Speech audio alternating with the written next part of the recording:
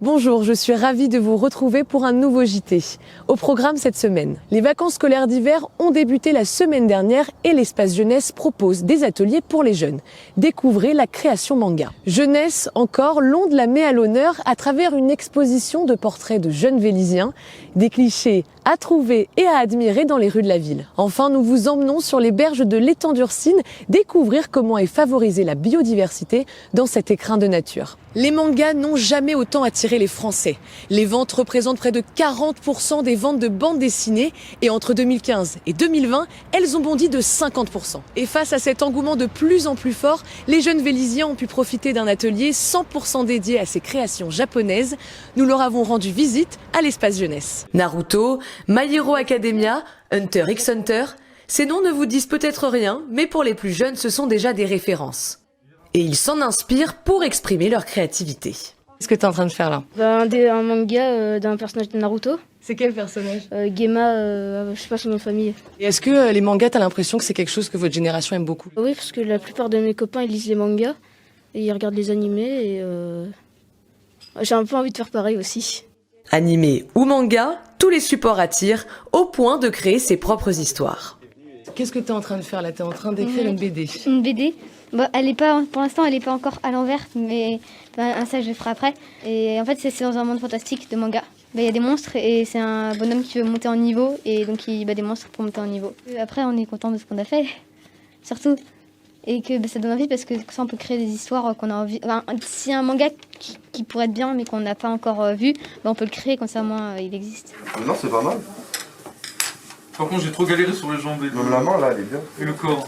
Ce projet il est tout autour du manga. En gros, le but ce serait de créer le manga du service jeunesse. Donc on va y aller étape par étape. Là, aujourd'hui, on apprend les techniques de dessin tranquillement, on s'habitue. Et au fur et à mesure, on va commencer à créer l'histoire, créer le manga, etc. Ouais, c'est quelque chose qui les intéresse beaucoup, ils en parlent beaucoup entre eux. Donc c'est pour ça que j'ai décidé de choisir le manga pour ce projet. La création manga n'est pas le seul atelier proposé aux jeunes Vélysiens. À chaque vacances scolaires, le service jeunesse de la ville innove pour des activités diversifiées. Les activités du service jeunesse ont connu pas mal de rebondissements avec la période Covid, puisque en fonction des directives du ministère de la Jeunesse et des Sports, il a fallu réappliquer certains décrets, revoir un petit peu certaines configurations dans le cadre de nos activités. Aujourd'hui, on retrouve donc des activités sportives à l'extérieur les jours où c'est possible, mais aussi des activités comme Créa Manga que vous avez pu filmer et qui vont s'étaler sur 2 semaines différentes. Une enquête policière, une série grand jeu comme celle qui se déroule aussi cet après-midi. Mais la semaine prochaine, il y aura des choses un peu plus pédagogiques avec la semaine Prépare ton orientation avec sur 5 jours différents métiers qui seront présentés aux jeunes. L'espace jeunesse et le bureau information jeunesse sont ouverts toute l'année aux 11-17 ans. Pour plus d'informations, rendez-vous sur le site de la ville, rubrique jeunesse. Vendredi 12 février, des portraits de jeunes Vélysiens ont fleuri tout autour de la ville. Un projet à l'initiative de l'Onde est réalisé par le photographe et portraitiste Arnaud Vareille, ainsi que par la graphiste Annette Lanz. Amusez-vous à retrouver ces portraits tout autour de la ville pour une exposition hors des murs. Depuis vendredi, il y a des photos qui sont apparues un peu partout dans Vélizy. Est-ce que vous pouvez un peu nous parler du projet qui est à Vélizy depuis vendredi ? C'est une exposition qui s'appelle Portrait et qui est un projet à l'initiative du Théâtre de l'Onde. Au départ de ce projet, notre directeur, Joël Gainsbourger, a souhaité parler de la jeunesse, montrer la jeunesse vélysienne. Et ça a été une vraie volonté de parler de la jeunesse vélysienne pour dire que elle est à l'image du théâtre et que le théâtre est à l'image du territoire. On souhaite vraiment encourager aussi la pratique individuelle des jeunes. Et comment vous les avez trouvés, ces jeunes Vélysiens ? Eh bien, on a fait appel à eux en disant venez vous prendre en photo, venez participer à un projet artistique, puisque parler de la jeunesse, mais comment ? Joël a vraiment souhaité en parler d'une manière artistique. Il a fait appel à Arnaud Vareille et à notre graphiste Annette Lenz. Alors Annette Lenz, c'est notre graphiste depuis maintenant 6 ans, qui a également travaillé avec Joël sur d'autres lieux. D'où l'importance de faire appel à elle pour ce projet-là, puisque si on souhaite que la jeunesse s'approprie aussi ce théâtre et l'univers de l'Onde, ça paraissait comme une évidence de l'associer à ce projet-là.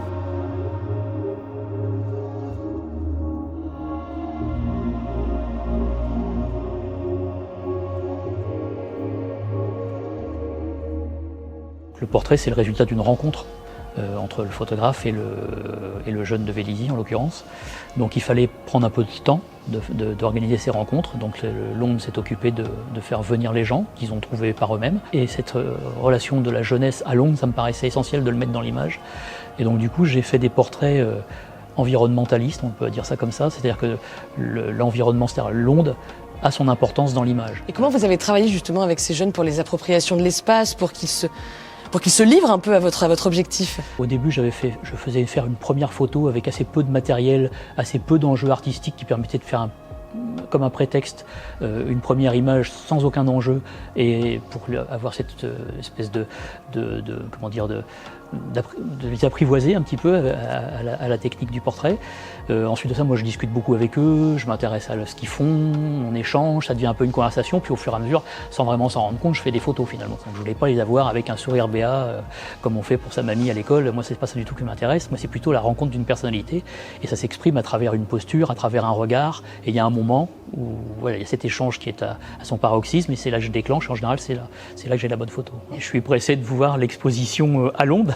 Je pense que ça aurait vraiment du sens qu'à un moment, il y ait toutes ces images qui soient ensemble, parce que je crois la jeunesse de Vélizy, si on arrive à voir le corpus de toutes les images ensemble, je pense que ça serait super. Voilà. Donc je suis assez pressé de voir ça aussi.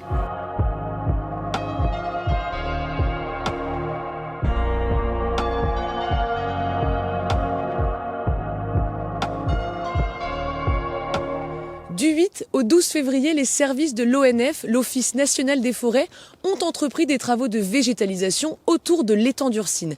Une opération pour favoriser la biodiversité et expliquée par Marianne de Brito, gestionnaire pour l'ONF de la forêt domaniale de Meudon. Aujourd'hui, autour de l'Ursine, ce sont des travaux d'entretien qui sont la suite d'un processus de travaux paysagers de remise en état de l'étang d'Ursine. Donc là, on est vraiment sur la phase, le projet a commencé en 2004 avec des travaux d'abattage de platanes. On avait des alignements de platanes autour de l'étang et puis des berges extrêmement abîmées. Donc ces travaux ont eu lieu en 2008 et la végétation a poussé depuis. Donc là, on est sur la phase d'entretien. On contient la végétation pour garder un système qui reste ouvert, semi-ouvert, parce qu'on est quand même dans un espace plus ou moins forestier, et de façon à garder aussi des zones d'ouverture parce qu'il y avait un aspect paysager. Là, tout s'est refermé, donc on recrée des vues sur l'étang. Les berges, il faut les protéger. Si la végétation pousse trop, le poids de l'arbre peut faire chuter et emporter la berge. Puis en même temps, ça permet de retrouver des points de vue pour pas que ça se ferme complètement. Alors l'étang d'Ursine, c'est un étang assez particulier. C'est un étang urbain. On le regarde vu du ciel. On a une sorte de petite enclave qui rentre en ville. Mais c'est la continuité de la forêt. Et c'est la continuité écologique de la forêt. Actuellement, là, on va être en pleine période de migration de crapauds qui sont actuellement en train d'hiberner en forêt. Ils vont descendre février-mars, se reproduire parce qu'ils se reproduisent dans l'étang d'Ursine. Alors la menace sur l'étang d'Ursine, elle est multiple. Alors il y a déjà nous, l'humain, parce qu'on a une surfréquentation. La surfréquentation fait que, sans le faire exprès, c'est pas volontaire, c'est la surfréquentation qui fait qu'on abîme les milieux. On abîme les milieux parce qu'on va venir une fois, et puis une autre personne va venir dans la même journée, etc. 100 fois la même journée, et tout ça répété par le nombre de jours qu'il y a dans l'année. Et puis on a aussi, on le voit, avec la route Morte-Bouteille, la circulation automobile, qui là pour le coup pour les crapauds est complètement catastrophique parce que c'est écrasé des milliers de crapauds. Si vous venez fin février, début mars, vous allez voir des centaines de crapauds, donc avec la femelle qui porte le mâle pour se déplacer sur la route. Donc vous imaginez un véhicule, ça serait une hécatombe de crapauds et de grenouilles. D'ailleurs je parle beaucoup de crapauds parce qu'il y a énormément de crapauds, une population entre 10 000 et 20 000, mais il y a aussi des grenouilles rousses. Votre JT touche maintenant à sa fin. Merci beaucoup de l'avoir suivi. Vous pouvez retrouver toutes nos actualités sur notre page Facebook et notre page Instagram. Et je vous dis à la semaine prochaine pour de nouvelles actualités.